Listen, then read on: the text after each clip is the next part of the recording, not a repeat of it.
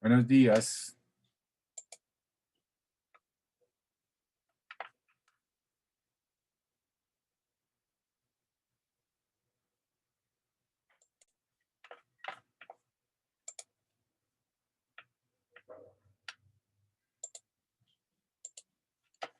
Buenos días a todos. Estamos llegando. ¿Sí me escuchan?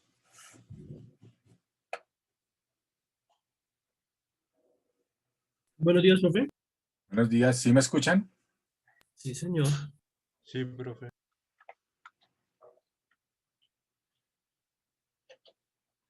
Bueno, ya llegaron todos los compañeros.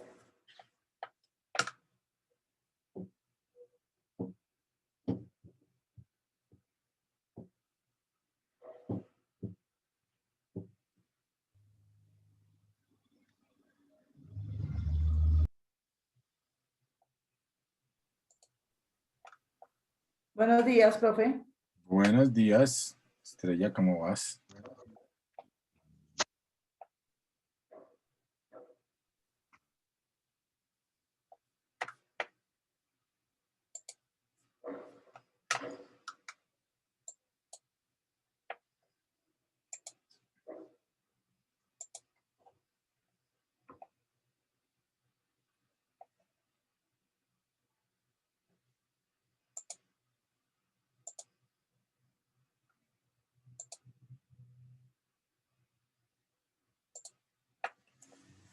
Bueno, ¿cuántos compañeros estamos?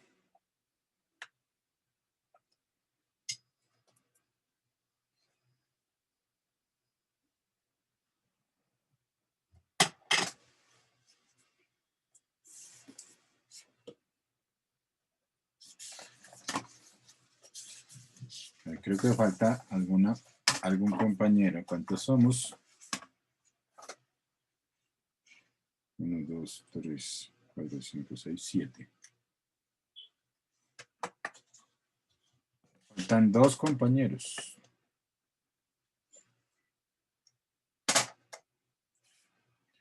Entonces nos toca llamar a lista. A ver. Héctor Luis Páez.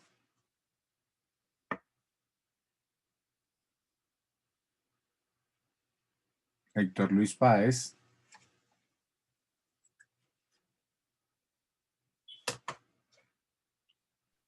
Héctor Luis Páez, ¿está por ahí? Buenos días, acabo de llegar, profe. Buenos días. Iván Felipe Madrigal. Presente, profe. Okay. Michael Axel. Presente. Ok. Carlos Arley. Carlos Arley. Presente, profe. Luz Estrella. Presente, profe. Presente. Gracias. Sergio Antonio. Profe, ¿sí me escucha? Sergio. Buenos días, profe, presente. Buenos días. Okay. Sí, ¿quién estaba preguntando que si lo oía? ¿Quién? ¿Carlos? Sí, profe, Carlos Bazán. Carlos Arley está conectado 2 veces. ¿Qué pasó ahí?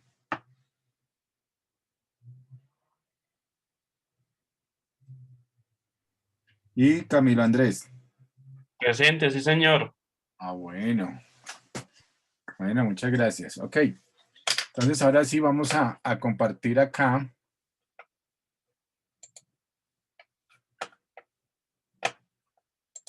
Y nos vamos a la plataforma. ¿Cierto? Hoy les traigo 2 videos que quería que nos pueden dar una visión bien interesante. Sobre todo en temas económicos, pues ahora lo que está moviéndose es la industria, la economía digital, la economía de la industria 4.0, ¿no? Es lo último que hay. Entonces, este videito nos da como una visión de todas las tecnologías de la industria 4.0, que ustedes, como son administradores de empresas, pues son los llamados a administrar a un futuro. Ahora tenemos que administrar la tecnología.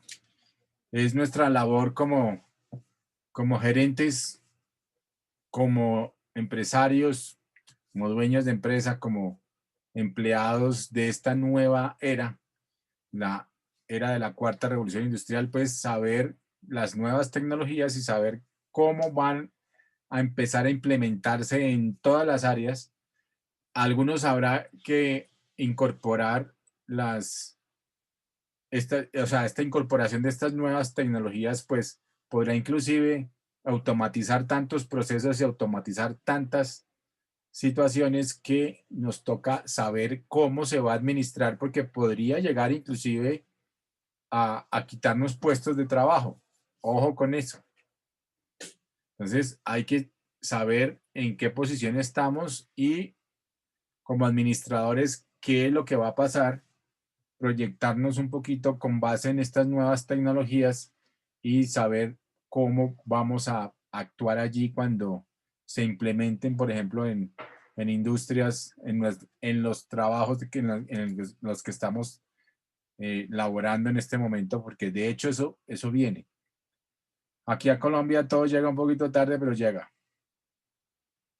Y ya estamos en la industria 4.0, ya hay muchas cosas de la industria 4.0 en Colombia.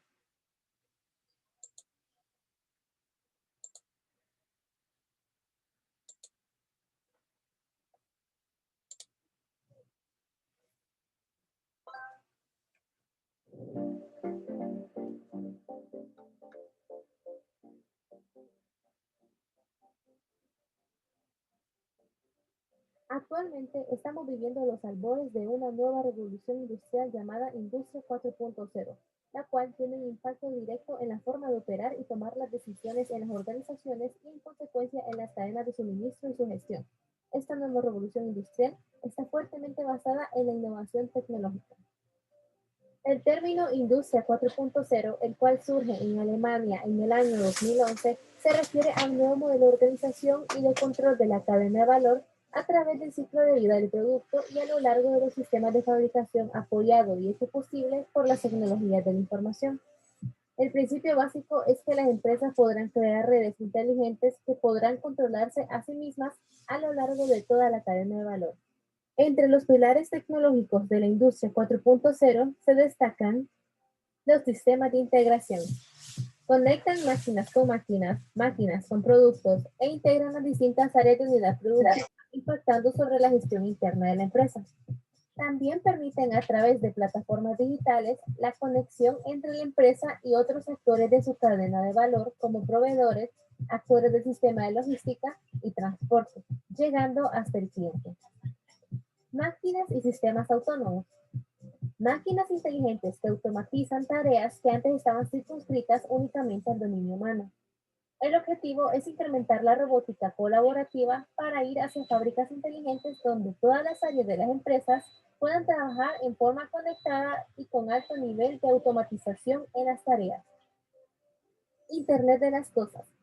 La Internet de las cosas se refiere a la interconexión en red de todos los objetos cotidianos que a menudo están equipados con algún tipo de inteligencia. Esta será la clave para aumentar la productividad de las empresas, ofreciendo una amplia distribución de la red, redes locales inteligentes de dispositivos inteligentes y nuevos servicios que pueden ser personalizados según las necesidades del cliente. Manufactura aditiva. Hace referencia a la producción de objetos tridimensionales a partir de modelos virtuales. Permitirá la creación rápida de prototipos y una fabricación altamente descentralizada. El modelo del producto podría enviarse al sitio de impresión más cercano al cliente, eliminando pasos intermedios. Por lo tanto, la manufactura aditiva se utiliza para prototipar y para producir componentes individuales muy específicos en lotes pequeños o series cortas. Big Data y análisis de grandes datos. Con un número creciente de productos y sistemas inteligentes en las fábricas y el mercado, la cantidad de datos de que dispondrán los fabricantes se multiplicará. Su análisis permitirá identificar patrones e interdependencias, analizar los procesos y descubrir ineficiencias e incluso predecir eventos futuros. Computación en la nube.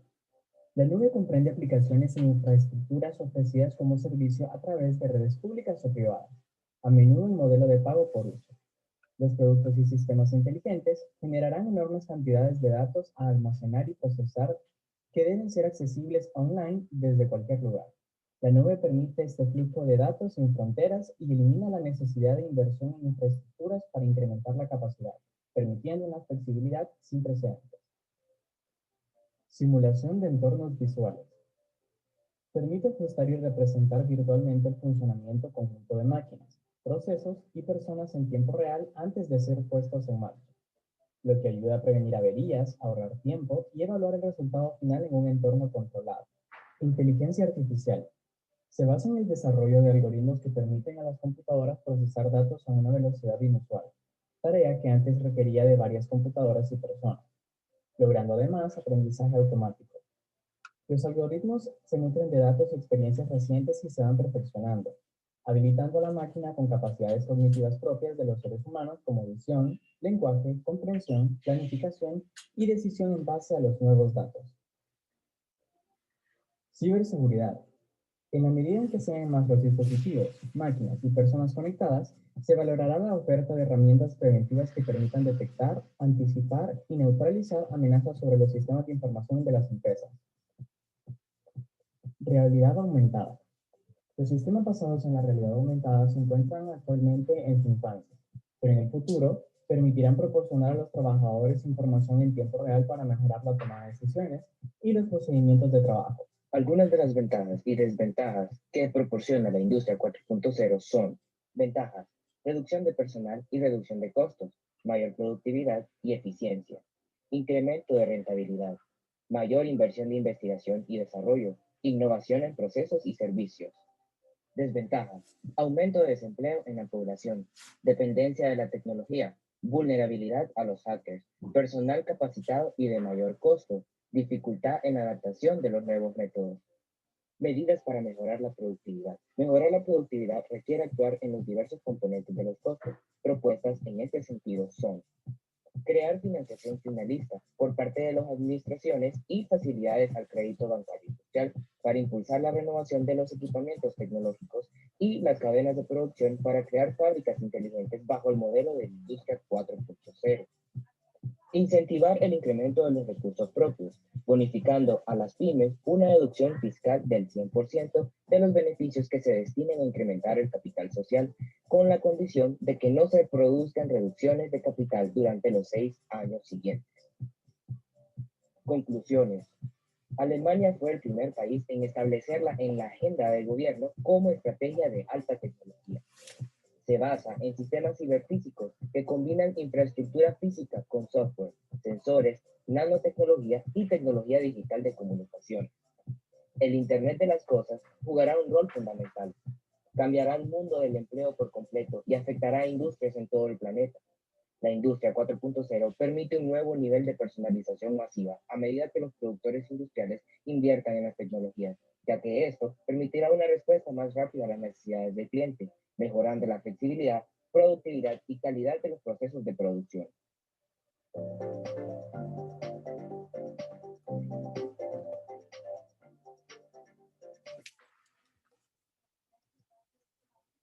Ok, entonces, este es un videito. ¿Para qué? Para que, por favor, ahí lo tienen, vamos a hacer un mapa mental de este tema sobre la industria 4.0 para entregar el lunes. Este fin de semana, pues van a tener ese trabajito.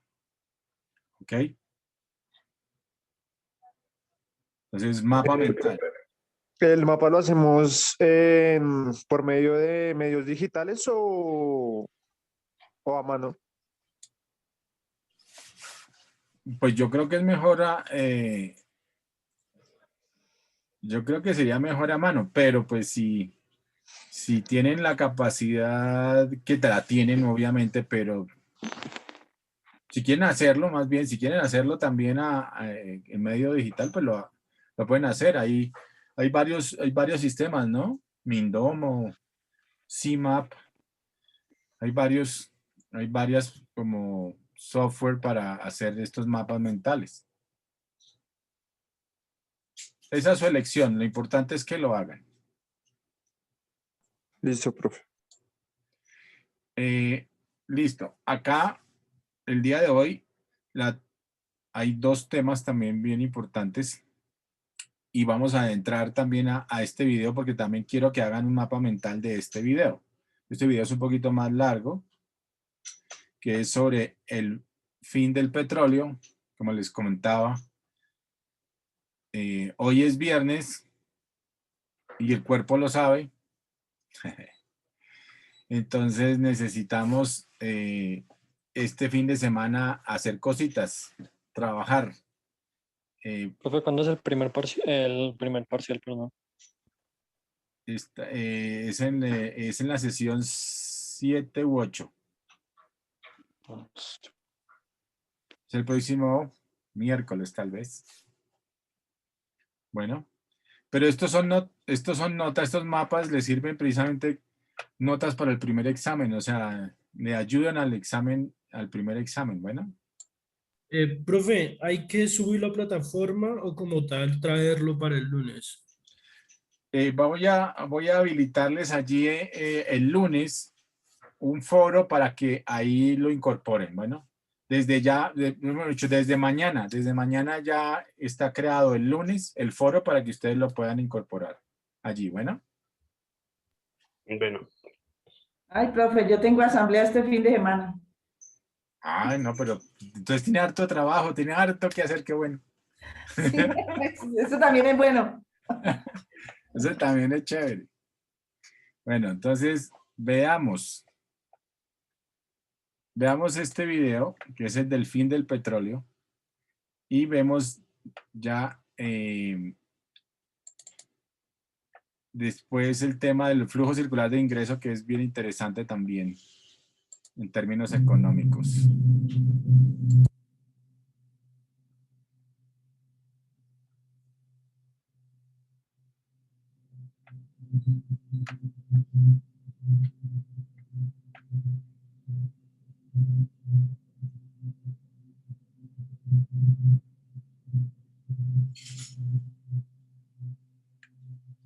Esta es la Tierra, tal y como era hace 90 millones de años. Los geólogos denominan este periodo como el Cretácico tardío. Eran tiempos de gran calentamiento global, cuando los dinosaurios aún dominaban la Tierra. Daban por hechas sus vidas, seguros en la cima de la cadena alimenticia, ajenos a los cambios que sucedían a su alrededor. Los continentes se alejaban unos de otros, abriendo enormes fallas en la corteza terrestre. Estas se inundaron, convirtiéndose en mares. Las algas prosperaron en un calor extremo, envenenando el agua. Murieron, y billones de ellas cayeron al fondo de las fallas.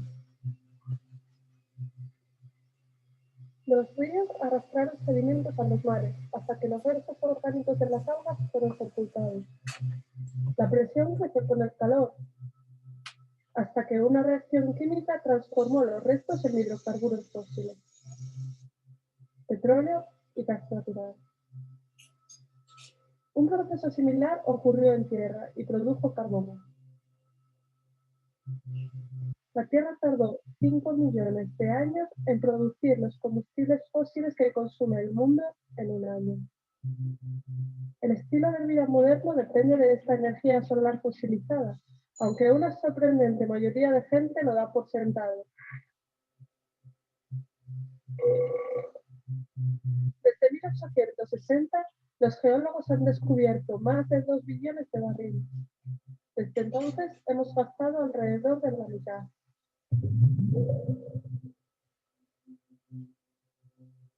Antes de poder extraer el petróleo, hay que descubrirlo. Al principio era fácil de encontrar y extraerlo era barato. El primer gran yacimiento americano fue Spindletop, descubierto en 1900. Muchos más le siguieron. Los geólogos rastrearon los Estados Unidos, encontraron enormes reservas de petróleo, gas natural y carbón. Estados Unidos producía más petróleo que ningún otro país en el mundo, y esto le convirtió en una superpotencia industrial. Una vez que un pozo empieza a producir petróleo, es solo cuestión de tiempo que empiece su declive. Cada pozo tiene una tasa de producción diferente. Cuando se hace la media de varios pozos, la gráfica resultante se muestra como una campana de Gauss. Lo habitual es que pasen 40 años desde que un país alcanza el pico de descubrimientos hasta que alcanza el pico de producción, después del cual entra en declive permanente. En los años 50, el geólogo de la Shell, N. Keith Hubbard, predijo que el pico de producción de Estados Unidos se daría en 1970, 40 años después del pico de descubrimientos en Estados Unidos. Pocos le creyeron. Sin embargo, en 1970, la producción de petróleo de Estados Unidos llegó al máximo y entró en un declive permanente. Hubbard fue legitimado. A partir de entonces, Estados Unidos dependería cada vez más de las importaciones de crudo, lo que hizo que fuese vulnerable a cortes de suministro y contribuyó a los estragos de las crisis petroleras de 1973 y 1979. En la década de 1930 se dieron las tasas más altas de descubrimiento. A pesar de la avanzada tecnología, el declive de los nuevos yacimientos norteamericanos ha sido inexorable. Hallazgos más recientes, como el de Agua en Alaska, en el mejor de los casos proveerían petróleo para 17 meses. Incluso el nuevo yacimiento Yaxchil del Golfo de México solo suministraría unos pocos meses de consumo doméstico. A pesar de ser grandes, ninguno de estos yacimientos está cerca de satisfacer las necesidades energéticas de Estados Unidos. Se acumulan las evidencias de que la producción de petróleo ha llegado a su cenit o está cerca de hacerlo. Globalmente, el ritmo de descubrimientos de nuevos yacimientos llegó a su cenit en los 60. Más de 40 años después, el declive en los descubrimientos de nuevos yacimientos parece imparable. 54 de los 65 mayores países productores de petróleo han llegado a su techo de producción. La mayoría del resto esperan seguirlos igualmente en un futuro próximo. El mundo necesitará el equivalente a una nueva Arabia Saudí en producción cada 3 años para... Ahí están viendo bien, están oyendo bien. Sí, profe, yo escucho bien. Sí. Sí, profe. Ah, ok, bueno. Cualquier cosa me informan. Cubrir el declive de producción de los pozos actuales. En los años 60 se descubrían 6 barriles de petróleo por cada barril que se consumía. 4 décadas después, el mundo consume entre 3 y 6 barriles de petróleo por cada barril que se descubre. Una vez que se llegue al pico mundial de producción de petróleo, la demanda de petróleo superará la oferta y el precio de la gasolina fluctuará con fuerza, afectando a mucho más que al coste de repostar un coche. Las ciudades modernas son dependientes de los combustibles fósiles. Incluso las carreteras están hechas de asfalto, un producto derivado del petróleo, así como los tejados de muchas casas. Áreas inmensas serían inhabitables sin calefacción en invierno o aire acondicionado en verano. La expansión de las ciudades obliga a la gente a conducir muchos kilómetros al trabajo, escuela y comercios. Las grandes ciudades han separado las zonas residenciales y comerciales lejos, obligando a la gente a utilizar el coche. Los suburbios y muchos barrios fueron diseñados asumiendo una abundancia de petróleo y energía. Los productos químicos derivados del petróleo, o petroquímicos, son esenciales en la elaboración de innumerables productos. La agricultura moderna depende enormemente de los combustibles fósiles, así como los hospitales, los aviones, la distribución de agua, el ejército. En Estados Unidos usa unos 140 millones de barriles de petróleo anualmente. Los combustibles fósiles son también esenciales para la fabricación de plásticos y polímeros, ingredientes clave en ordenadores, dispositivos de ocio y ropa.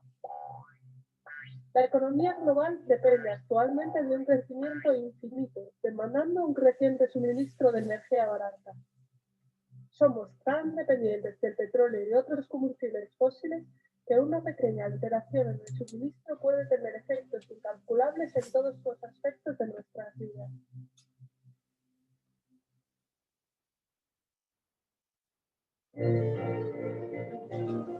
Energía. La energía es la capacidad de desarrollar un trabajo. Un americano medio dispone hoy de la energía equivalente a 150 esclavos trabajando 24 horas al día. Los materiales que almacenan energía para trabajar se denominan combustibles. Algunos combustibles contienen más energía que otros. Esto se denomina densidad energética. De estos combustibles, el petróleo es el más crítico. El mundo consume 30.000 millones de barriles al año, lo que equivale a 4,17 kilómetros cúbicos, lo que contiene tanta energía como la que generarían 52 plantas nucleares trabajando durante 50 años. Aunque el petróleo solo genere el 1,6% de la electricidad de Estados Unidos, mueve el 96% del transporte. En 2008, Estados Unidos importaba 2/3 del petróleo que consumía, la mayoría de Canadá, México, Arabia Saudí, Venezuela, Nigeria, Irak y Angola. Varios factores hacen único al petróleo. Es energéticamente denso. Un barril de crudo contiene la energía equivalente a 3 años de trabajo de una persona. Es líquido a temperatura ambiente, fácil de transportar y utilizable en pequeños motores. Para conseguir energía hay que usar energía. El truco está en usar una cantidad pequeña para extraer una cantidad más grande. Esto se denomina TRE, tasa de retorno energético.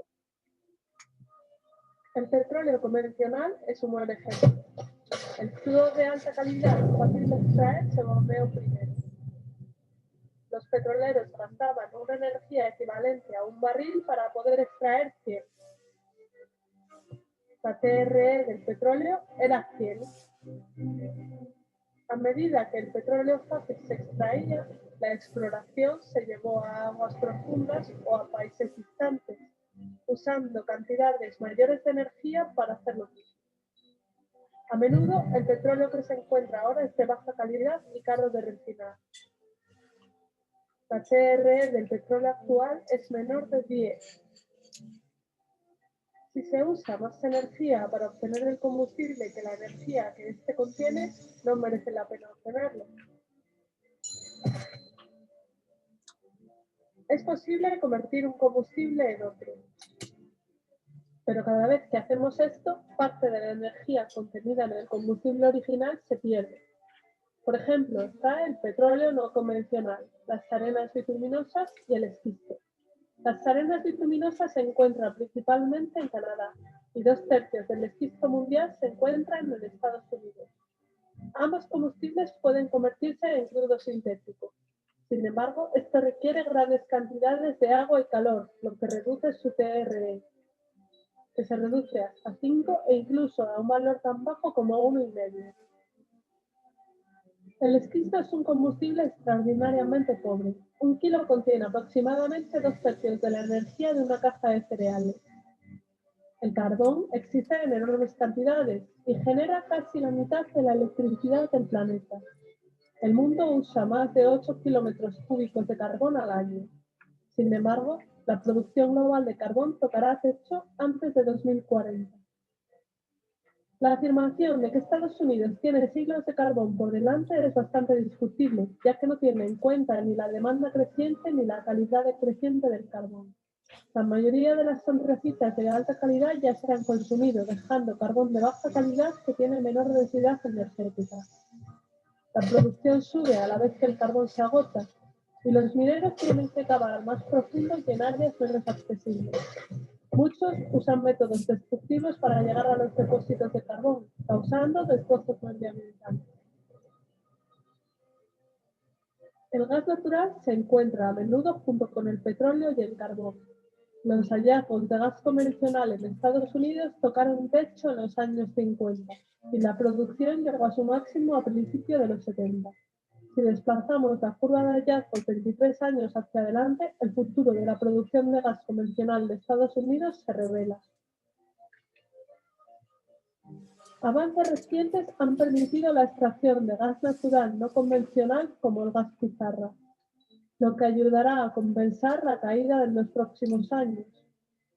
Hay controversia en cuanto al gas no convencional, ya que necesita unos precios altos de energía para ser rentable.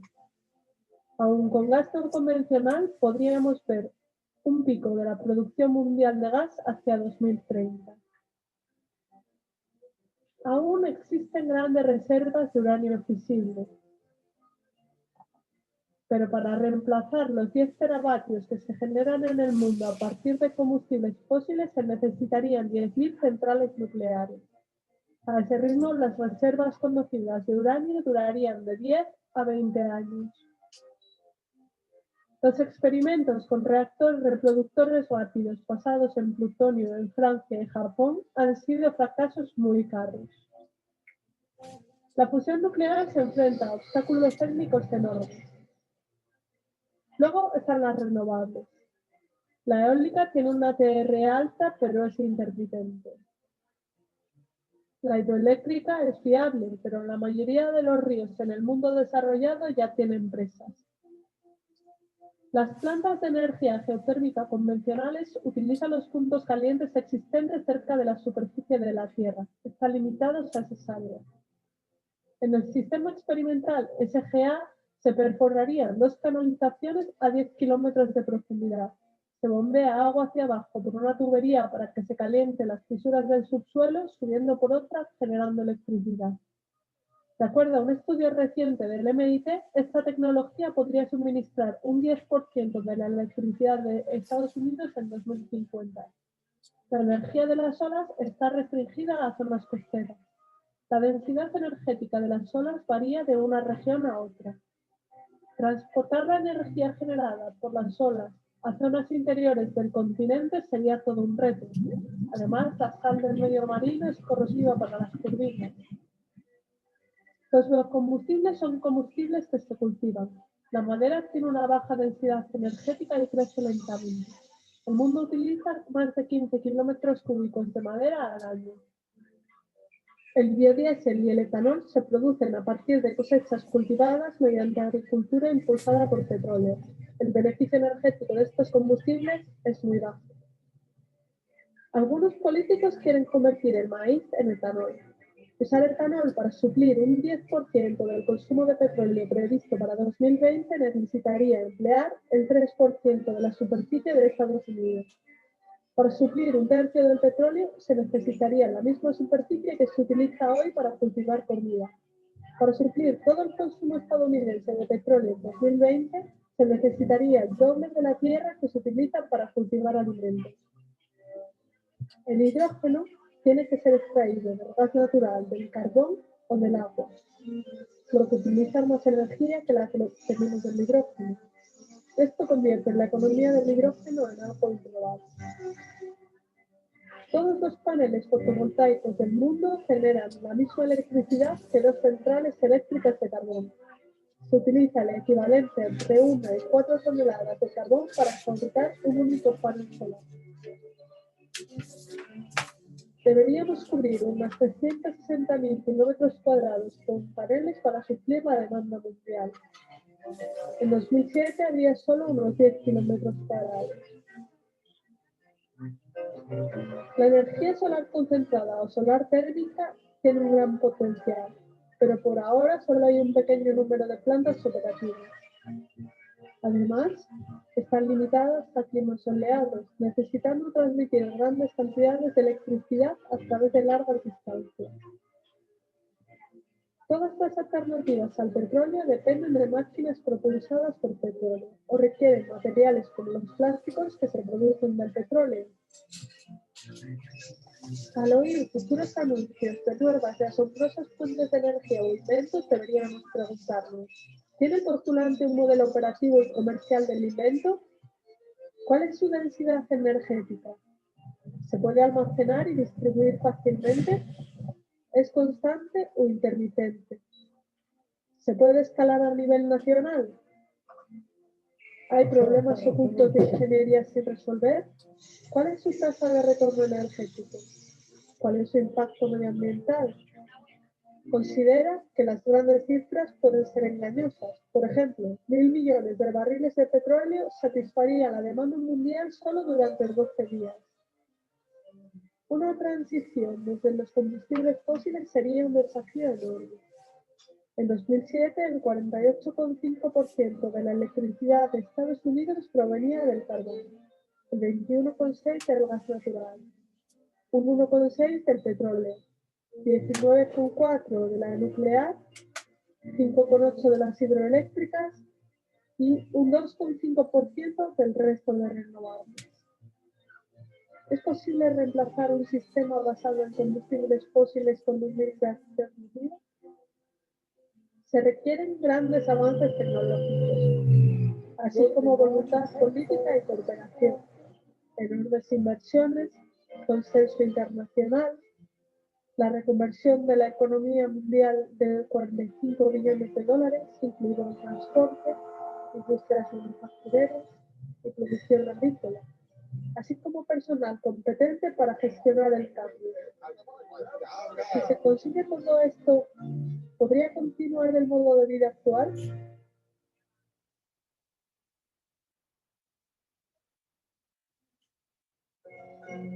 Crecimiento. Estas bacterias viven en una botella. Su población se dobla cada minuto. A las 11 hay una sola bacteria. A las 12 la botella está llena. Está medio llena a las 11:59, dejando espacio suficiente para una duplicación más. Las bacterias ven el peligro. Buscan nuevas botellas y encuentran 3. Creen que su problema se ha resuelto. A las 12 del mediodía la primera botella está llena. A las 12:01 la segunda botella está llena. A las 12:02 todas las botellas están llenas. Este es el problema al que nos enfrentamos, debido a la duplicación provocada por el crecimiento exponencial. Cuando la humanidad empezó a utilizar carbón y petróleo como fuentes de combustible, experimentó un crecimiento sin precedentes. Incluso tasas de crecimiento bajas producen grandes incrementos a lo largo del tiempo. A una tasa de crecimiento del 1%, una economía duplicaría su tamaño en 70 años, al 2% en 35 años. A una tasa de crecimiento del 10%, una economía se duplicaría en solo 7 años. Si una economía crece al 3% medio anual actual, se duplicará cada 23 años. Con cada duplicación, la demanda de energía y recursos se extenderá a la demanda de todas las duplicaciones previas conjuntamente. El sistema financiero se basa en la asunción del crecimiento, el cual requiere de un suministro creciente de energía para soportarlo. Los bancos prestan dinero que no tienen, en efecto, creándolo. Los prestatarios utilizan el dinero recién creado para construir sus negocios y devolver la deuda, junto con el pago de un interés que requiere más crecimiento. Debido a esta forma de crear dinero a partir de la deuda, la mayoría del dinero del mundo representa una deuda con un interés que ha de ser repagado. Sin la continua aparición de nuevas y mayores generaciones de prestatarios para producir crecimiento y así saldar estas deudas, la economía mundial colapsaría. Al igual que en un esquema piramidal o de Ponzi, el sistema debe expandirse o morir. Debido en parte a este sistema de deuda, los efectos del crecimiento económico han sido espectaculares. En PIB, embalses en ríos, utilización de agua, consumo de fertilizantes, población urbana, consumo de papel, vehículos motorizados, comunicaciones y turismo. La población mundial ha crecido hasta los 7.000 millones de personas y se espera que supere los 9.000 millones para 2050. En un planeta plano e infinito esto no sería un problema. Sin embargo, dado que la Tierra es redonda e infinita, en algún momento nos enfrentaremos a los límites del crecimiento. La expansión económica ha dado lugar a incrementos en el óxido nitroso atmosférico y en el metano, reducción del ozono, incremento de las grandes inundaciones, daños a ecosistemas oceánicos, incluyendo escapes de nitrógeno, pérdidas de selvas y bosques, incremento de tierra domesticada,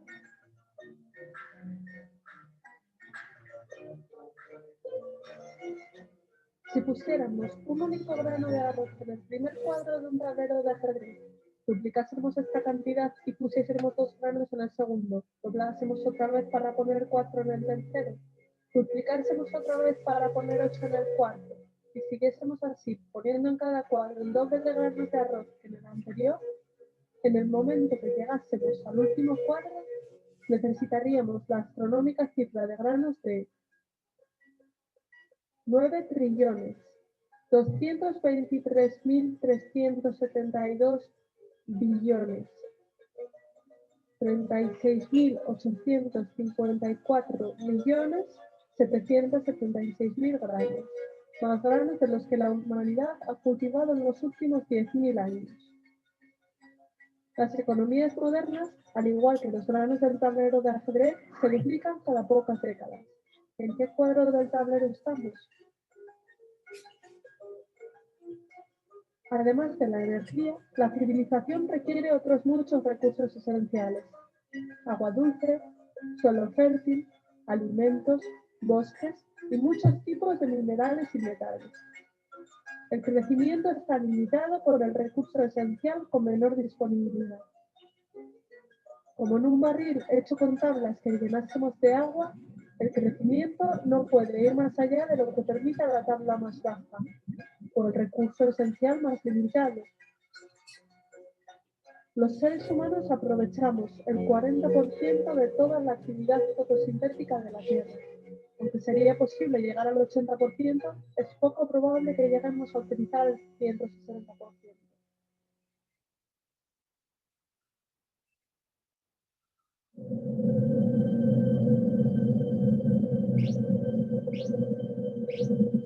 Alimentos. El suministro global de alimentos depende en gran medida de los combustibles fósiles. Antes de la Primera Guerra Mundial, toda la agricultura era orgánica. Tras la invención de los fertilizantes y pesticidas derivados de los combustibles fósiles, se produjeron mejoras a gran escala en la producción de alimentos, permitiendo incrementos en la población humana. El uso de fertilizantes artificiales ha alimentado a mucha más gente de lo que hubiera sido posible con agricultura ecológica solamente. Los combustibles fósiles son necesarios para los equipos de producción agrícola, transporte, refrigeración, empaquetado en plástico y cocinado. La agricultura moderna utiliza la tierra para transformar los combustibles fósiles en comida y la comida en personas. Se utilizan alrededor de 7 calorías de energía en combustibles fósiles para producir 1 caloría de comida. En Estados Unidos, la comida viaja aproximadamente 2.400 kilómetros desde la granja hasta el consumidor.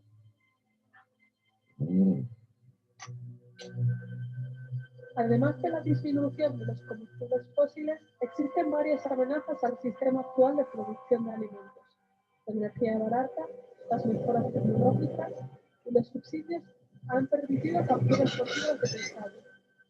La pesca global alcanzó su cenit a finales de la década de los 80, obligando a los pescadores a desplazarse a aguas más profundas.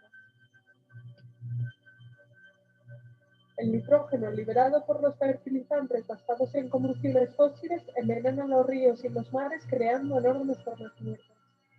A este ritmo, se prevé que todas las poblaciones de peces colapsen para 2048. La lluvia ácida procedente de las ciudades e industrias elimina del suelo nutrientes vitales como el potasio, el calcio o el magnesio. Otra amenaza es la escasez de agua. Muchas granjas utilizan para el regadío agua subterránea bombeada desde acuíferos. Los acuíferos necesitan miles de años para llenarse, pero pueden agotarse en unas pocas décadas, igual que los pozos petrolíferos. En Estados Unidos, el enorme acuífero de Ogallala se ha reducido a tal nivel que muchos agricultores han tenido que volver a cultivos de secano menos productivos. Además, el uso de regadíos y fertilizantes puede llevar a la salinización, la acumulación de sal en el suelo. Esta es una de las principales causas de desertificación. Otra amenaza es la pérdida del suelo fértil.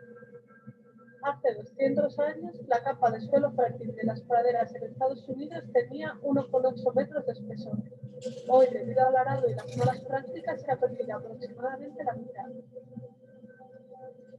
El riego fomenta el crecimiento de los hongos de la roya como el UG99, que tiene el potencial de destruir el 80% de la cosecha de grano mundial.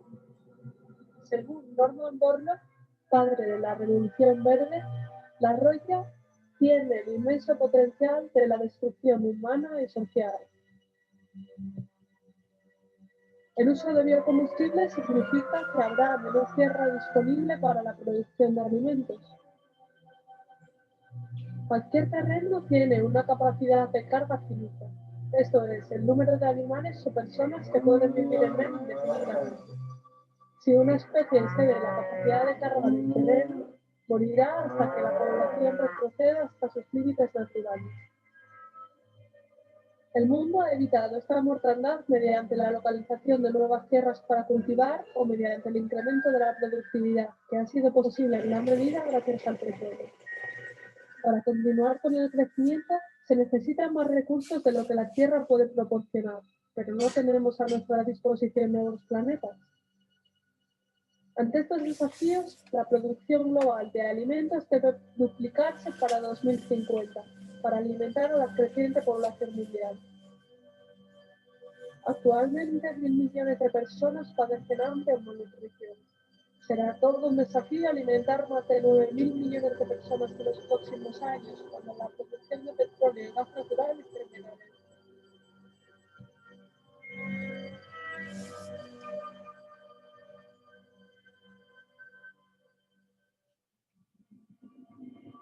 El final feliz. La economía global crece exponencialmente, a un ritmo aproximado de un 3% anual, consumiendo cantidades crecientes de combustibles no renovables, minerales y metales, así como recursos renovables como agua, madera, suelo fértil y pescado, más rápido de lo que pueden reponerse. Incluso a una tasa de crecimiento del 1%, la economía se doblará en 70 años. El problema se agrava por otros factores. La globalización permite a la gente de un continente comprar productos y alimentos producidos en otro continente. Las cadenas de suministros son largas e imponen tensiones sobre los limitados recursos petrolíferos. Actualmente dependemos de países remotos para nuestras necesidades más básicas. Las ciudades modernas dependen de los combustibles fósiles. La mayoría de los sistemas bancarios están basados en deuda, obligando a las personas a integrarse en una espiral de créditos o devoluciones, generando crecimiento. ¿Qué puede hacerse para encarar estos problemas? Muchos creen que la crisis puede evitarse mediante la conservación, la tecnología, el crecimiento inteligente, el reciclado, los coches eléctricos e híbridos, la sustitución, como tanto. Podemos ahorrar dinero mediante la conservación, pero por sí sola no salvará el planeta. Si algunas personas reducen su consumo de petróleo, la demanda eliminada reducirá el precio permitiendo a los demás comprar más barato. De la misma forma, un motor más eficiente que utilice menos energía conducirá, paradójicamente, a un mayor uso de energía. En el siglo XIX, el economista inglés William Stanley Jevons cayó en la cuenta de que las máquinas de vapor más eficientes convirtieron al carbón en una fuente de energía más rentable, lo que impulsó el uso de más máquinas de vapor, lo que a su vez llevó a un incremento del consumo total de carbón. El incremento del uso consumirá toda la energía o recursos ahorrados mediante conservación.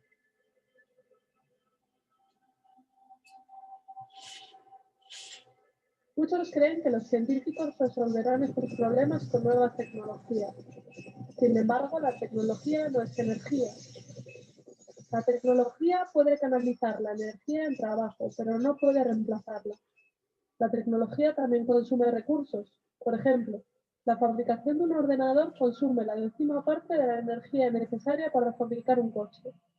Las tecnologías más avanzadas pueden empeorar esta situación, pues requieren minerales raros que también están acercándose a sus límites. Por ejemplo, el 97% de las tierras raras del mundo las produce China, la mayoría en una única mina en el interior de Mongolia. Estos minerales se usan en convertidores catalíticos, motores de aviación, imanes de alta eficiencia de discos duros, baterías de coches híbridos, láseres, rayos X portátiles, aislamiento de reactores nucleares, CDs, motores de vehículos híbridos, bombillas de bajo consumo, fibra óptica y pantallas planas. China empieza a considerar la restricción de la exportación de estos minerales a medida que la demanda se dispara. El llamado crecimiento sostenible o crecimiento inteligente no servirá de ayuda, pues también requiere de minerales y metales no renovables en cantidades crecientes, incluyendo tierras raras.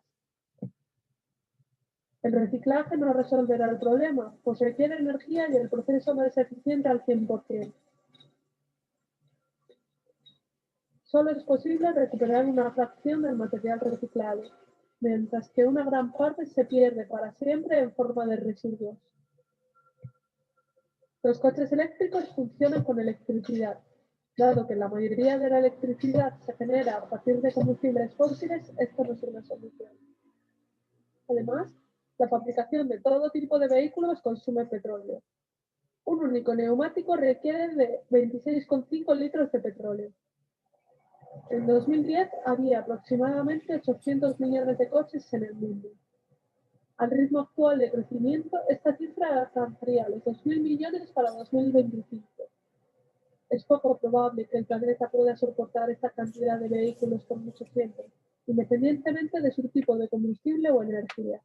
Muchos economistas creen que el libre mercado sustituirá una fuente de energía por otra gracias a la innovación tecnológica. Sin embargo, los principales sustitutos del petróleo se enfrentan a sus propias tasas de decaimiento. La sustitución también falla al no tener en cuenta el tiempo necesario para preparar una transición. El informe Hedge del Departamento de Energía de Estados Unidos estima que se necesitarían al menos 2 décadas para prepararse para los efectos del pico del petróleo. Los problemas de la escasez de energía, el agotamiento de los recursos, la pérdida de suelo fértil y la polución son todos síntomas de un único problema mayor: el crecimiento. Mientras nuestro sistema financiero exija el crecimiento perpetuo, es poco probable que las reformas tengan éxito. Entonces, ¿qué aspecto tendrá el futuro? Los optimistas creen que el crecimiento continuará para siempre, sin límite. Los pesimistas creen que nos dirigimos a una nueva edad de piedra o a la extinción. La realidad puede estar entre estos dos extremos. Es posible que la sociedad retroceda a un estado más sencillo, en el cual se utiliza una cantidad de energía muy inferior. Esto significaría una vida más dura para la mayoría, más trabajo físico, más trabajo agrícola y producción local de bienes, alimentos y servicios. ¿Qué debería hacer una persona para prepararse de cara a este posible futuro? Contar con un descenso en el suministro de productos y alimentos desde lugares remotos. Empezar a andar o a montar en bicicleta. Acostumbrarse a utilizar menos electricidad. Liberarse de sus deudas. Intentar evitar a los bancos. En lugar de comprar en grandes superficies, apoyar a los comercios y negocios locales. Comprar comida cultivada localmente en el mercado de agricultores y granjeros. Considerar cultivar su propia comida en lugar de mantener un césped. Aprender a conservarla. Considerar el uso de monedas locales en caso de que las monedas mayores dejasen de cumplir su función y desarrollar una mayor autosuficiencia. Ninguno de estos pasos evitará el colapso, pero podrían mejorar las posibilidades en un futuro de baja energía, uno en el que tendremos que ser más autosuficientes, tal y como nuestros ancestros lo fueron una vez.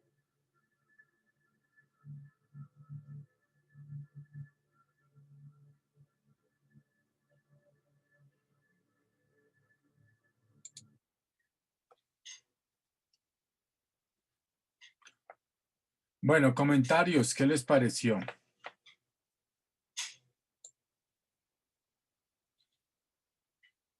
¿No hay comentarios? ¿No comments?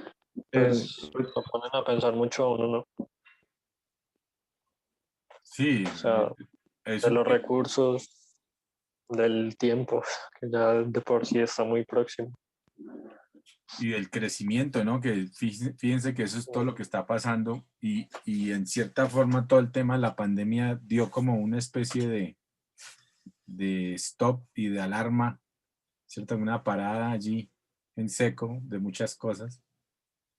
Pero ahora con la nueva situación económica, pues se está buscando la reactivación económica en todos los países y entonces está de nuevo, como dicen, se empezó a mover de nuevo la máquina de la economía del mundo. Entonces, sí, hay que tomar como conciencia, ¿no? Que los recursos son escasos, fíjense que es lo que hemos estado hablando, y que las industrias y las empresas tienen que buscar mejorar sus procesos, ser mucho más conscientes en temas de los recursos, ser mucho más conscientes en temas de la ecología, del medio ambiente y también del tema con estas tecnologías que se pueden aplicar pues para mejorar la vida del ser humano, pues mejorando su calidad de vida a todo nivel, aplicando tecnologías y aplicando obviamente esa responsabilidad social y empresarial que deberían tener, pues deben tener todas las industrias. Hay que tener en cuenta todos estos factores. A nosotros como gerentes, como administradores de empresas, administradores de los recursos, pues tenemos que ser muy conscientes de ello. Por eso, siempre la eficiencia, siempre la eficacia, que es la misma efectividad, eso lo vamos a ver más adelante, nos va a dar esa mayor posibilidad de ser más productivos y en la medida que somos más productivos, pues vamos a tener más tiempo y vamos a tener más posibilidades de ser competitivos en los mercados y obviamente para las empresas, como administradores de empresas que somos, pues vamos a obtener más beneficios. Pero esos beneficios tienen que repartirse y ser conscientes también en la sociedad, o sea, que haya una responsabilidad social y que haya una responsabilidad medioambiental. Eso es muy importante ahora porque hay que tratar de, si bien es cierto, siempre maximizar los beneficios, también hay que ser responsables y devolverles, aportarles a la sociedad y al medio ambiente. Es parte de los mensajes que hay allí. Entonces van a hacerme, por favor, dos mapas mentales de la cuarta revolución industrial y todas las tecnologías que están allí para que eso, ¿para qué es? Es para que ustedes aprendan, entiendan, los tengan bien claritos cuáles son esas nuevas tecnologías que están entrando en esta cuarta revolución industrial y que nosotros vamos a tener que administrar. Y el tema del petróleo, que es el principal recurso energético en este momento en el mundo, cómo su reemplazo es tan difícil, pero que se debe dar de alguna fórmula y hacer precisamente esa concientización social, ecológica, medioambiental, que requieren también deben hacer de ahora en adelante y siempre han debido hacerlo, pero pues sobre todo de ahora en adelante las empresas. Bueno, entonces dos mapas mentales. ¿Por qué mapas mentales? Porque los mapas mentales ayudan a integrar las ideas y los conceptos y a,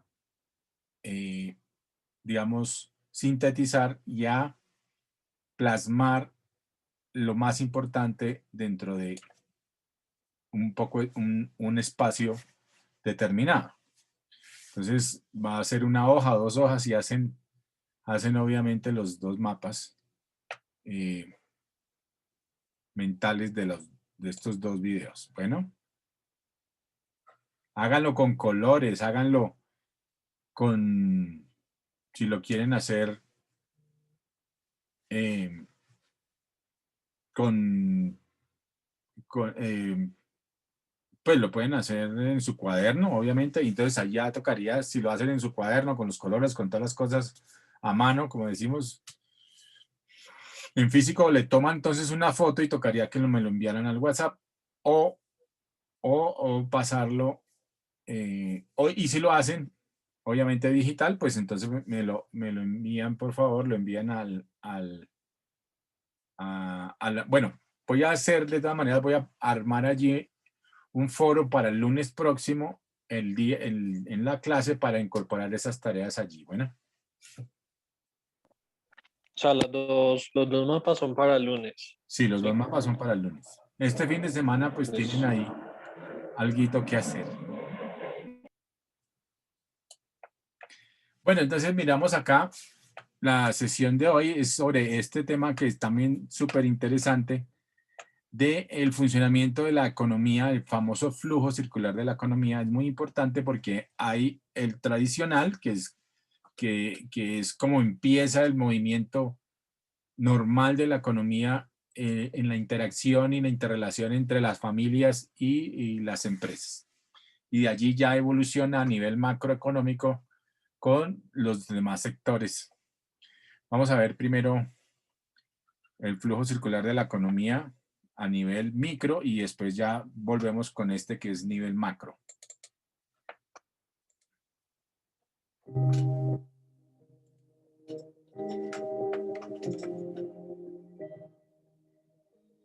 Hola, sean bienvenidos a este tema del flujo circular de la economía.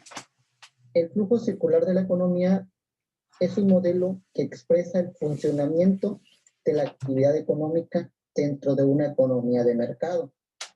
El flujo circular es un modelo económico que pretende explicar cómo se relacionan los agentes económicos, las familias, que son los consumidores, las empresas, son los productores, y el sector público o Estado.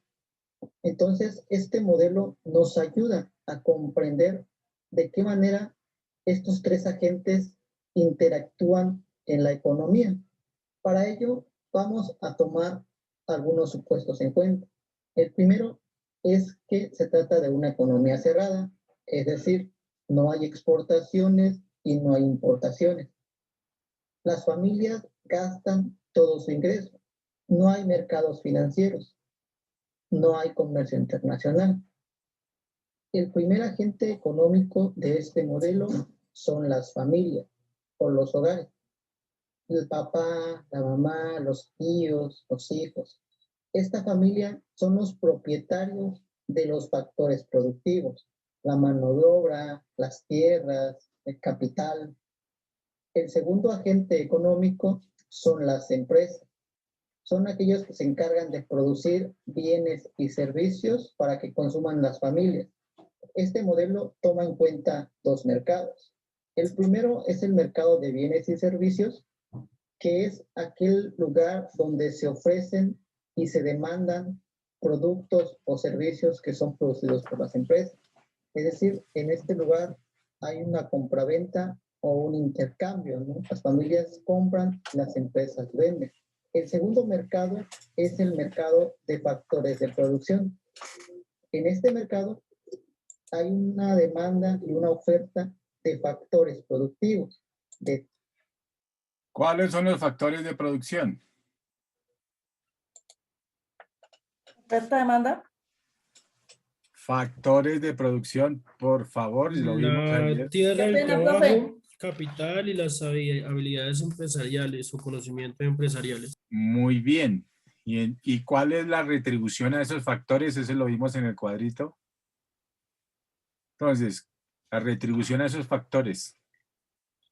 La retribución a la tierra es la renta. La retribución al trabajo es el Dinero. El capital. el salario. La retribución a mi trabajo, acuérdense, si yo voy a trabajar, ¿qué me pagan? Un salario.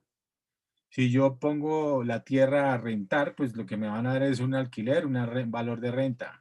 Si yo pongo el capital a que lo use otra persona, ya sea que yo coloque el dinero o que yo tome prestado el dinero, la retribución a ese capital es la tasa de interés. La retribución a las habilidades y al conocimiento empresarial son los beneficios, las utilidades y las valorizaciones. ¿Sí se acuerdan de eso? Estaba en el cuadrito.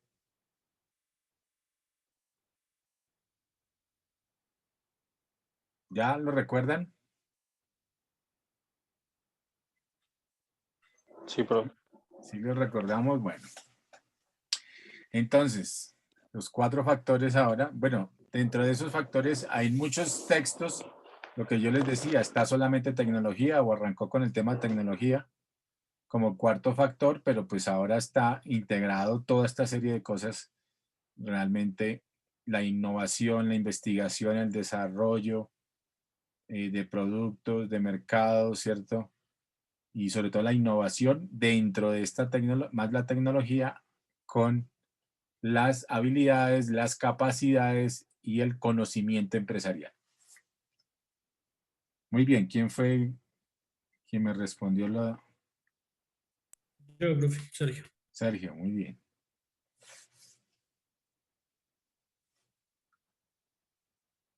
Ok, entonces, esos son los 4 factores y estamos aquí hablando de esa interrelación de los mercados de bienes y servicios, los mercados tradicionales, ¿cierto? De bienes y servicios. Aquí son los mercados de consumo, ¿cierto? Consumo, oferta y demanda aquí. Y aquí también hay oferta y demanda en este mercado de factores de producción. O sea, hay tanto oferta y demanda de estos factores de producción, porque las empresas que requieren de esos factores de producción, requieren todo, requieren la tierra, ¿cierto? Ya sea en alquiler o en venta, en propiedad, requieren el trabajo, la mano de obra de las personas, de los seres humanos, ¿cierto? Que van a las fábricas, a las oficinas a producir. Requieren de capital para inversión, para comprar, ¿cierto? Tecnología, para comprar logística, para poder hacer esa producción, o sea, generar la producción, ¿cierto? Esas son las empresas que requieren estos factores de producción y obviamente requieren de esas habilidades gerenciales, de esas habilidades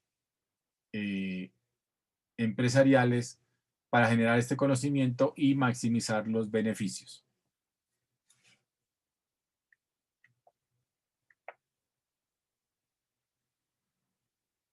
Entonces, hay tanto oferta como demanda en cada uno de estos mercados.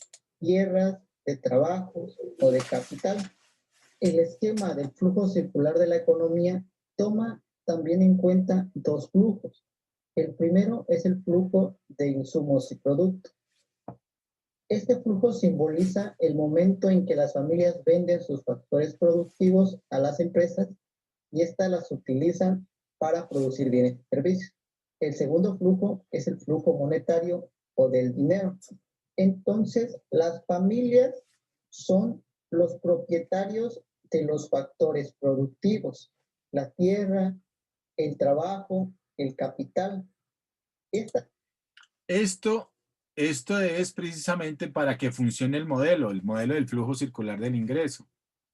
Pero digamos que ahora la tierra y el trabajo y el capital, pues está concentrado no en todas las familias per se, en general, ¿cierto? Sino en unos grupos empresariales, en unas empresas, ya está más concentrado esa riqueza para la producción. Pero digamos que, acuérdense que los modelos en economía, pues se tienen que dar ceteris paribus, es decir, bueno, ¿sí vimos qué significaba ceteris paribus? No, profe. No, bueno, entonces averigüémoslo para... O bueno, ¿quién Profe, me dice? ¿eso significa que las otras condiciones siguen iguales tras una sola cambia? O sea que con las condiciones iguales de las demás variables, es decir, que las demás variables quedan constantes o no se toman en cuenta. Y así funcionan los modelos, porque como estos son modelos económicos sociales, ¿cierto? Sobre el comportamiento social, esto es un modelo de cómo se comportan las familias en estos mercados es un modelo social. La economía es una ciencia social. Entonces, y la microeconomía y la macro, obviamente. Entonces, que son sus dos principales ramas de la economía. Entonces, en microeconomía, pues tenemos que hacer el análisis de esta interrelación y de cómo se comportan los agentes individuales. Entonces, en esa interrelación entre los agentes, pues aquí vemos esas particularidades en cómo se mueven los mercados, pero tenemos que hacer modelos, ¿cierto? Modelos que funcionen. Entonces, para que funcionen, pues tenemos que tener en cuenta algunas variables, algunas particularidades. Por ejemplo, en este caso vamos a tener en cuenta solamente estos mercados.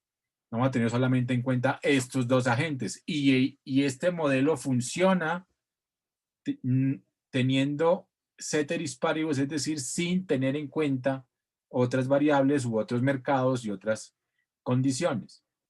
¿Cierto? Entonces, por eso utilizamos lo que se llama ceteris paribus. Con lo demás, digamos, estable, quieto, invariable, sin tenerlo en cuenta. Y así sí funcionan los modelos y nos toca para que funcionen los modelos y sobre todo en las ciencias sociales, manejar esta condición. Como cuando en matemáticas básicas se dice sí, solo sí. Funciona esto así, ¿cierto? Las leyes matemáticas. Entonces aquí es ceteris paribus.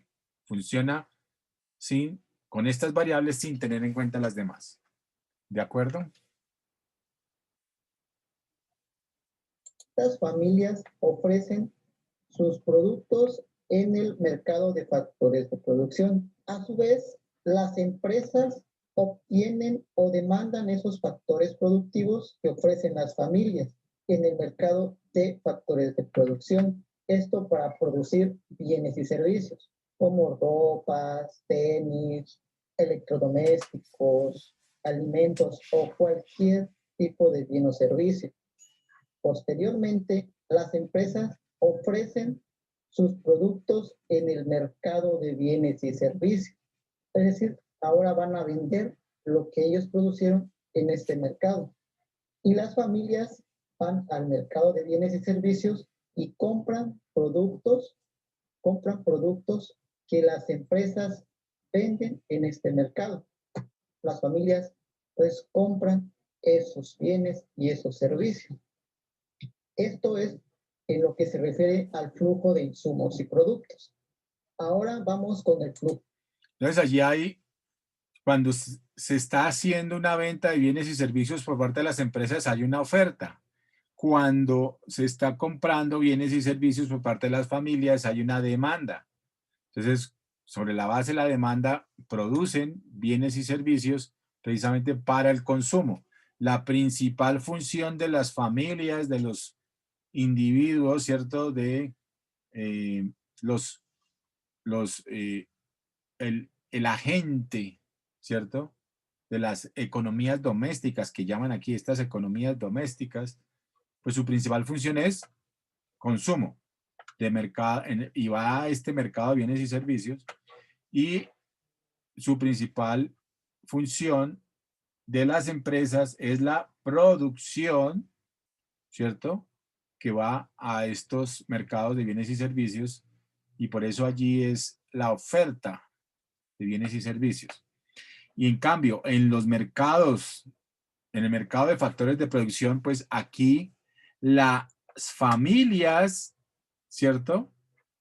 Son las familias, aquí en este orden de ideas, son las que ofertan estos factores de producción: tierra, trabajo y capital.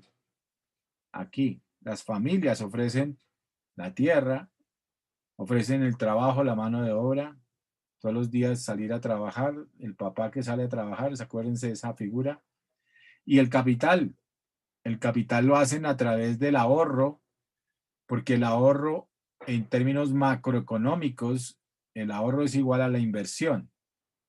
Entonces en las economías deben tener la capacidad de ahorro para que haya capacidad de inversión.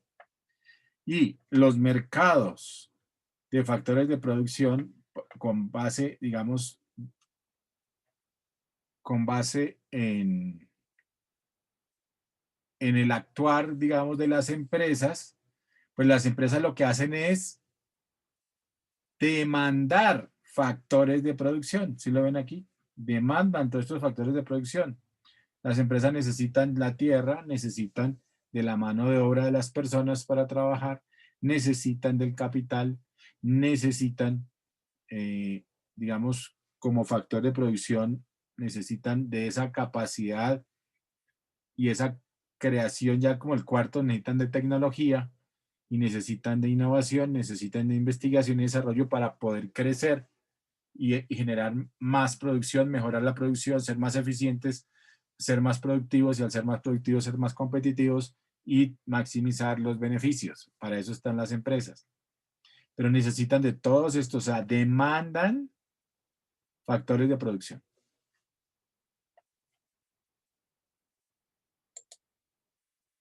Flujo monetario o flujo del dinero. Para ello, nuevamente empezamos con las familias. Las familias tienen que comprar bienes y servicios en el mercado de bienes y servicios. Para ello, las familias tienen que desembolsar y esto viene siendo un gasto. Las empresas, por su parte, como vendieron sus productos y sus servicios en este mercado, esto viene siendo un ingreso, dado que ya vendieron sus productos. Ahora, con este ingreso, las empresas reinvertirán su dinero para producir más bienes, ropa, calzado, electrodoméstico, por el cual ocuparán más factores productivos, más manos de obra, más tierras, más capital. Entonces, las empresas tendrán que pagar en el mercado de factores de producción salarios, rentas, alquileres. Este gasto que hacen las empresas para las familias viene siendo un ingreso. Con este ingreso, las familias o los hogares vuelven a consumir bienes y servicios y volverán a gastar otra vez en el mercado de bienes y servicios. Y así se hace nuevamente el flujo circular. Ahora se integra un tercer agente económico al flujo circular de la economía, que es el sector público o el Estado. El Estado tiene una función más compleja dentro de este modelo, dado que ahora va a interactuar con los dos agentes económicos y con los dos mercados. El Estado recauda impuestos. Las familias tienen que pagar impuestos por ofrecer sus factores productivos y las empresas pueden pagar múltiples impuestos dependiendo de lo que produzcan, pero el Estado retribuye de alguna manera ese ingreso o ese dinero. A las familias, por ejemplo, le hacen pagos por transferencia. ¿Qué son los pagos por transferencias? Son gastos en seguridad social, programas sociales, de seguros de desempleo, becas a estudiantes.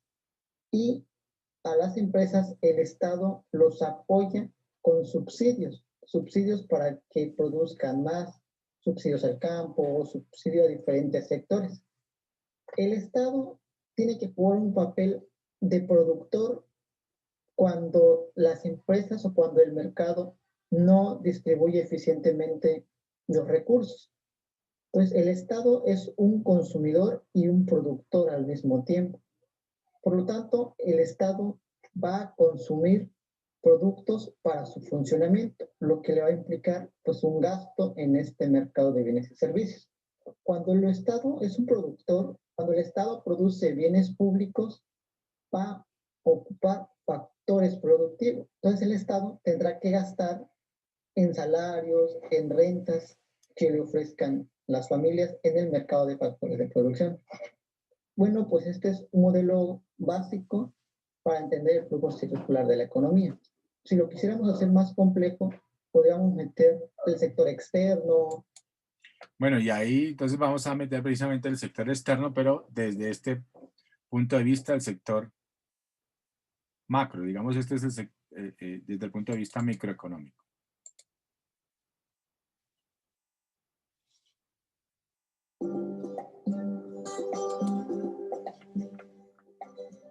El flujo circular del ingreso es un modelo macroeconómico que nos va a explicar de manera sencilla y simple cómo es el funcionamiento de una economía. Vamos a empezar analizando una economía sin ahorro. Entonces, primero, análisis de la economía. Acuérdense de lo que hemos hablado, ceteris paribus. Entonces, ceteris paribus es sin ahorro, sin gobierno y sin sector externo. Así funciona este modelo. Sin gobierno y sin sector externo. Mediante una línea continua se representa el flujo real, es decir, los movimientos físicos de bienes y servicios o de factores de producción. Y mediante una línea punteada, el flujo monetario, es decir, los movimientos monetarios para realizar los pagos y los cobros en esta economía. Las familias son los consumidores de bienes y servicios y además los propietarios de los factores de producción. Van a ofrecer esos factores de producción en el mercado de factores de producción, como podría ser el trabajo, y en este mercado es donde se van a formar los precios de esos factores, es decir, los salarios, los intereses y los alquileres. Y es por estos factores que reciben un ingreso. Las empresas compran estos factores de producción, los cuales los combinan junto con su tecnología para producir bienes y servicios. Y pagan por esos factores que son los que constituyen el ingreso de las familias. Las empresas ofrecen los bienes y servicios que producen en el mercado de bienes y servicios, que es donde se van a formar los precios de los productos. Eso es importante tenerlo en cuenta. Aquí en los mercados es donde se forman los precios de los productos. Aquí en el mercado de factores de producción también se forman los precios de los factores, en este caso. O sea, en los mercados se forman los precios. Y de los servicios. Y van a cobrar por esas ventas realizadas lo que constituye el ingreso de las empresas.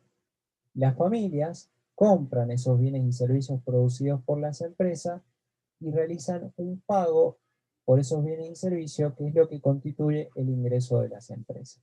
Así vemos cómo se forma el ingreso de las empresas y el ingreso de las familias, y además vemos cómo se forman los precios en los distintos mercados entre la oferta y la demanda de bienes y servicios y la oferta y la demanda de los factores de producción.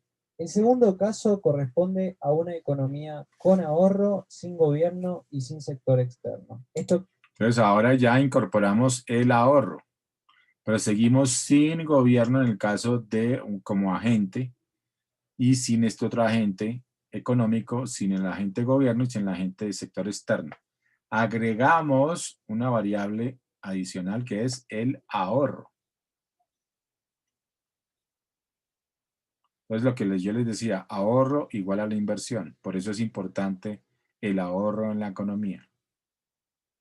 El ahorro te da liquidez, ¿no?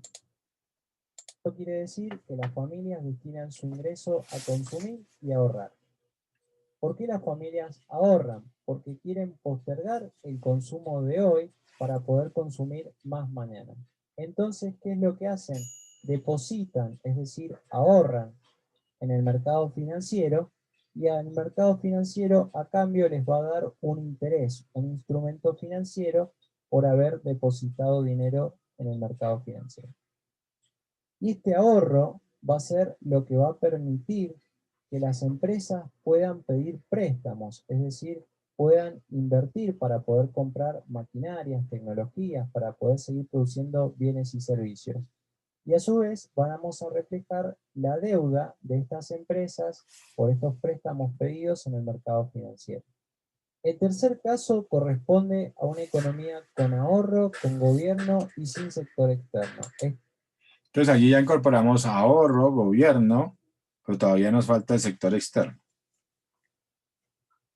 Es decir, que el ingreso de la familia se destina a consumir, a ahorrar y a pagar impuestos.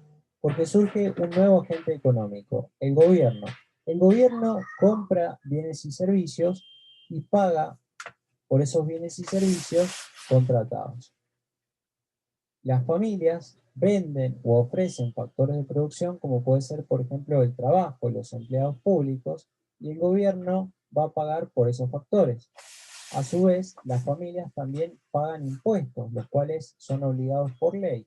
Estos impuestos constituyen parte de los ingresos públicos del gobierno. Y de este modo, mediante esos ingresos públicos, el Estado realiza el gasto público, ya sea en construcciones de obras públicas, servicios de salud, educación, etc. Pero fíjense que aquí hay dos temas que habría allí que reforzar, que serían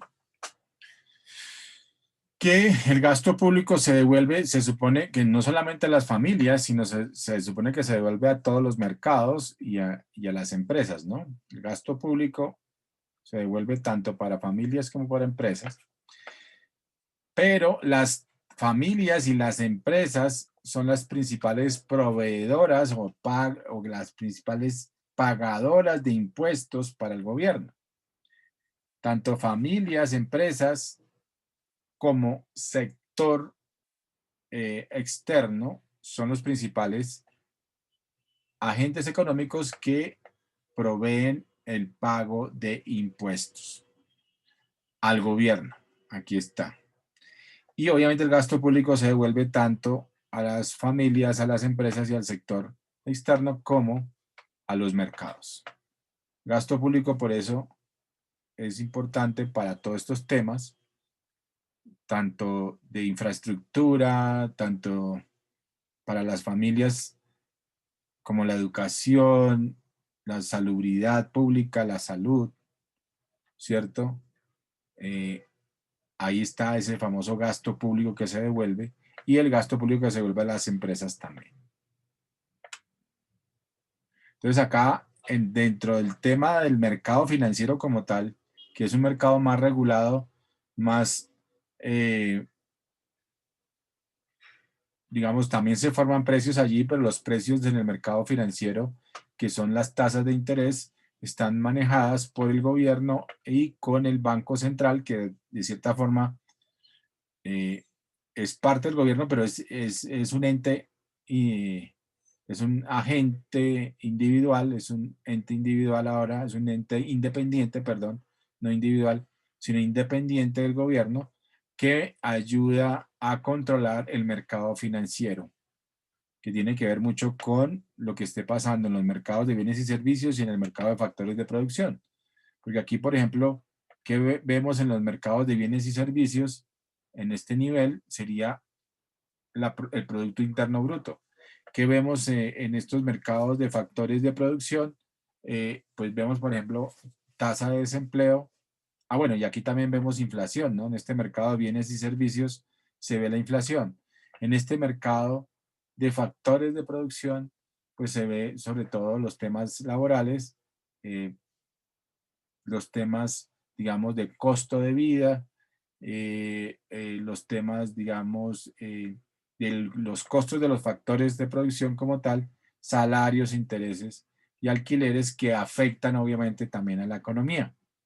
Y en el mercado financiero, pues lo que vemos principalmente es el tema inflacionario, que también lo maneja el Banco de la República, el Banco Central de los países, pero sobre todo el tema de la tasa de interés. Aquí es tasa de interés, también el tema cambiario, que ya lo vamos a ver acá con el tema internacional realmente. Allí hay ese cambio del mercado financiero al tema internacional, que también lo maneja el mercado financiero, ¿no? Con la tasa representativa del mercado, las TRM, la TRM.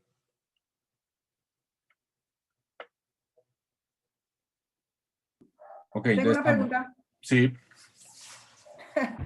No sé. No, Estamos mirando los aportantes al Estado cuando dices que nosotros pagamos impuestos para las familias, las empresas, ¿correcto? sí, Somos correcto. aportantes. Sí. Pero cuando vamos al sistema financiero y el mercado, ¿tiene otra modalidad de también aportar? El mercado financiero, digamos, es el regulador del dinero y por ende del uso del dinero tanto para familias como para empresas. Entonces, el mercado financiero lo que hace es regular, ¿cierto? Y es el mercado financiero, regula los precios del dinero, que es la tasa de interés, tanto de captación como de colocación. Entonces, aquí hay una tasa de interés cuando invierten a las empresas y allí se regula. El mercado financiero está regulando esa inversión en las empresas y el mercado financiero también regula los ahorros con la tasa de captación aquí a las familias. De hecho, el mercado financiero se volvió coadyuvante en el recaudo de los impuestos y en la medida en la que los bancos, digamos, manejan esos recursos, apoyan y aportan en todo el tema impositivo de los gobiernos, de los estados. Y también pagan impuestos, no pagan impuestos, o sea, pagan impuestos como agentes, digamos, intermediarios de la economía, como agentes intermediarios pagan algo de impuestos, pero no todo lo que deberían pagar de impuestos, como si fuera una empresa. Las empresas pagan más impuestos que los intermediarios financieros. Por eso las utilidades de los bancos, pues por lo general son altísimas, ¿no? Son muy grandes. Mi pregunta iba exactamente a eso, profe, qué pena. Yo sé que ellos son los que recaudan nuestros impuestos y nos colaboran prestándonos las plataformas y entregándole este dinero. De igual manera, ellos cobran por el servicio que nos prestan, ¿es correcto? Correcto. Pero mi pregunta era, cuando nosotros hacemos uso del banco, nosotros le pagamos al banco por retiros, le pagamos por cualquier transacción que hagamos. Sí. Sé que el 4 por 1000 también inclusive pues él lo recauda y se lo entrega al Estado. Exacto. La pregunta es, cuando el banco, yo lo utilizo como persona natural y le pago de mi cuenta por haber retirado X dinero, por yo utilizar el servicio, él me cobra, pero él le paga al Estado algo por dejarle trabajar en Colombia, porque sé que hay bancos que no son colombianos. Entonces yo digo, ¿sería una empresa? La pregunta era, ¿él le paga como empresa al banco? ¿A Colombia? No. Sí, le tiene que pagar impuestos, los impuestos normales como empresa tiene que pagarlos. O sea, tiene que pagar constitución, o sea, paga todos los temas, por ejemplo, impositivos normales, ¿cierto? Impuesto a la renta, a la rentabilidad, eso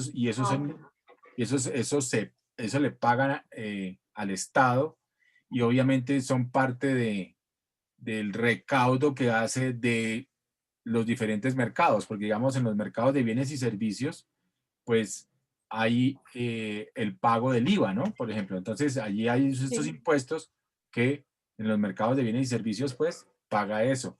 En los mercados de factores de producción también recauda impuestos el Estado a través de los famosos impuestos de retención en la fuente, ¿cierto? Por ingresos. Y nosotros acá, en este mercado de factores de producción, por nuestro trabajo, por nuestros ingresos, también pagamos impuestos. O sea, esos son los impuestos, por ejemplo, los que llaman de retención en la fuente, ¿cierto? La famosa retención en la fuente. Nosotros pagamos impuestos de IVA, impuestos de retención, y cuando vamos a la empresa pagamos ICA, RTIVA, RTICA, pagamos una cantidad de impuestos enormes. La pregunta mía ya quedó con respuesta. Sí, ellos pagan como empresa también por el uso en el trabajo aquí en Colombia. pero pues pagarán cosas irrisorias, pero igual pagan, son aportantes. Era mi pregunta. Sí, claro, pero no lo que deberían pagar, por eso las utilidades son muy grandes. O sea, aquí hay unas exenciones a muchos sectores y a muchas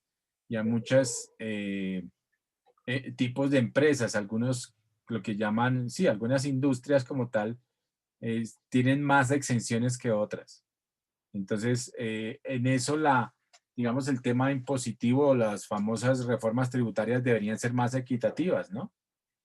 Y efectivamente, pero pues sí pasa lo que pasa que hay lobby de muchos sectores para que haya en las reglas y en las reformas tributarias, hay lobby de muchos sectores para que no se les imponga impuestos o para que tengan más exenciones tributarias.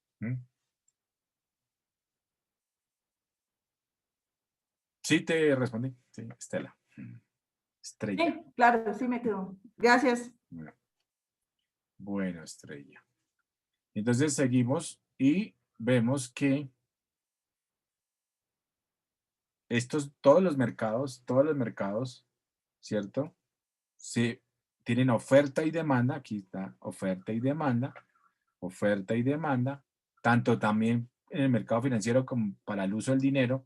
Y es lo que llamamos acá, por ejemplo, para los que ahorran la famosa tasa de captación, es el interés, es una tasa de captación que también allí pues hacen una gran utilidad los bancos porque pues la tasa de captación de los CDTs, que es la riesgo cero, sí, pero una tasa muy baja, demasiado baja por nuestros ahorros, y esa misma plata la prestan a las empresas, ¿cierto?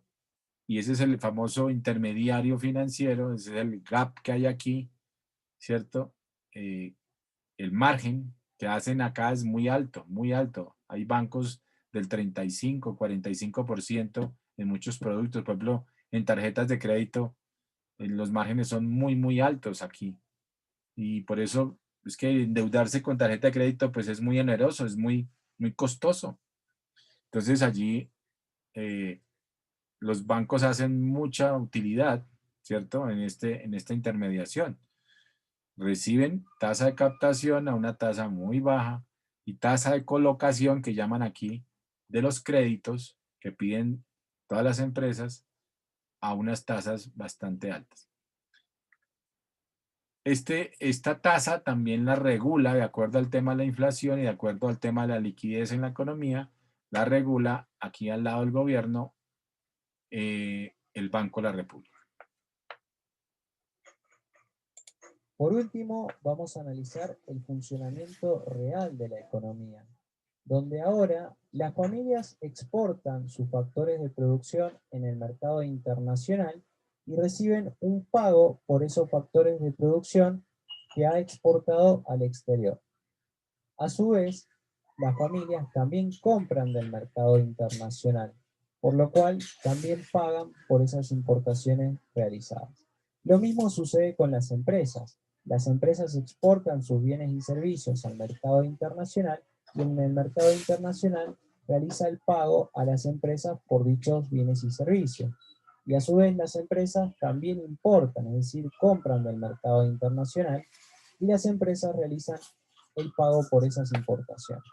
Como ven, entonces aquí también en este mercado hay unos pagos de impuestos, ¿cierto? Que son los famosos aranceles, que se le imponen para la importación y los aranceles y los pagos, por ejemplo, más que aranceles como tal, en las exportaciones son pago de regalías, pago las famosas regalías y son impuestos también a las exportaciones y también hay exenciones a las exportaciones también.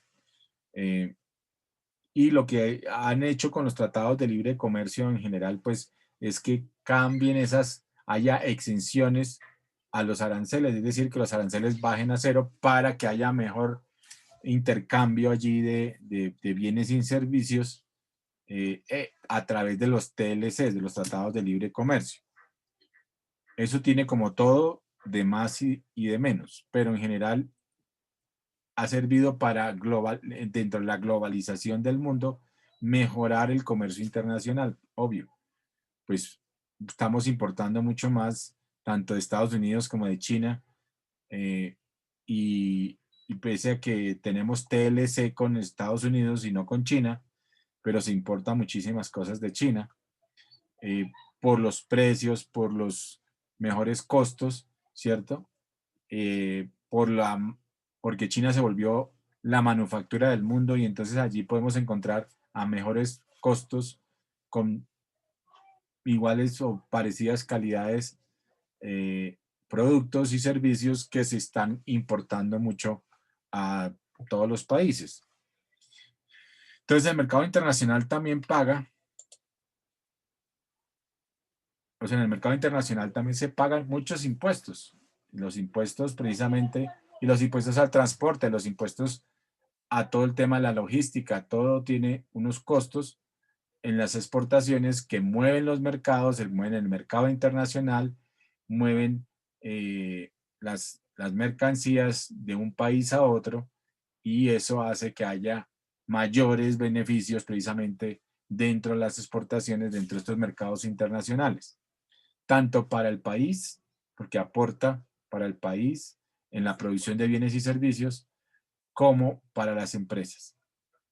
Entonces, por eso las empresas normalmente cuando tienen un mercado nacional consolidado, están llamadas a tratar el mercado externo, es decir, hacer la internacionalización, buscar la exportación de sus productos que tienen mercado nacional consolidado para que se expandan al exterior de alguna forma, ¿no? Eso es parte de la, digamos, de la famosa internacionalización de las empresas.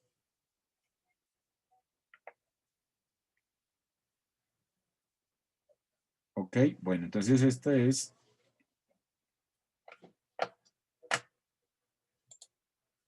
lo que quería mostrarles el día de hoy. Ya vamos bien, vamos cubriendo todos los temas y todos los sectores económicos. Ya estamos el día de hoy con todo el tema del flujo circular del ingreso y tenemos pendientes entonces para el lunes los dos mapas conceptuales. ¿Listo? Ok, pónganse por favor todos en... Por favor, pónganse todos en video.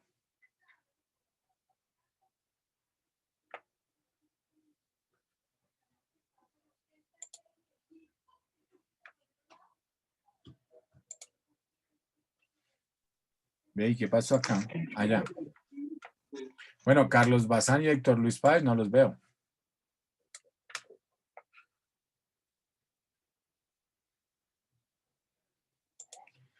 Bueno, ¿cómo les pareció los dos videos? Buenos, ¿no? Carlos Bazán, ¿qué pasó? Carlos Arley. Y Héctor Luis Páez, no lo veo. A Felipe sí lo veo con un cerebro atrás. Ya, porque es que me está usando el celular. Y Héctor Luis. ¿Profe? Carlos Bazán, ahora sí, pero ahora sí veo a Carlos. Listo. Ok, bueno, entonces les deseo buen fin de semana. Espero que puedan hacer los mapitas y que aprendan harto allí de los mapitas conceptuales. Mapas mentales, mejor. Ok, bueno, entonces nos vemos, muchachos. Listo, profe. Muchas gracias. Bueno, muchas gracias a todos. Bueno, gracias, profe. Buen día. Buen día, buen fin de semana. Listo, profe, gracias. Ok. Hasta luego.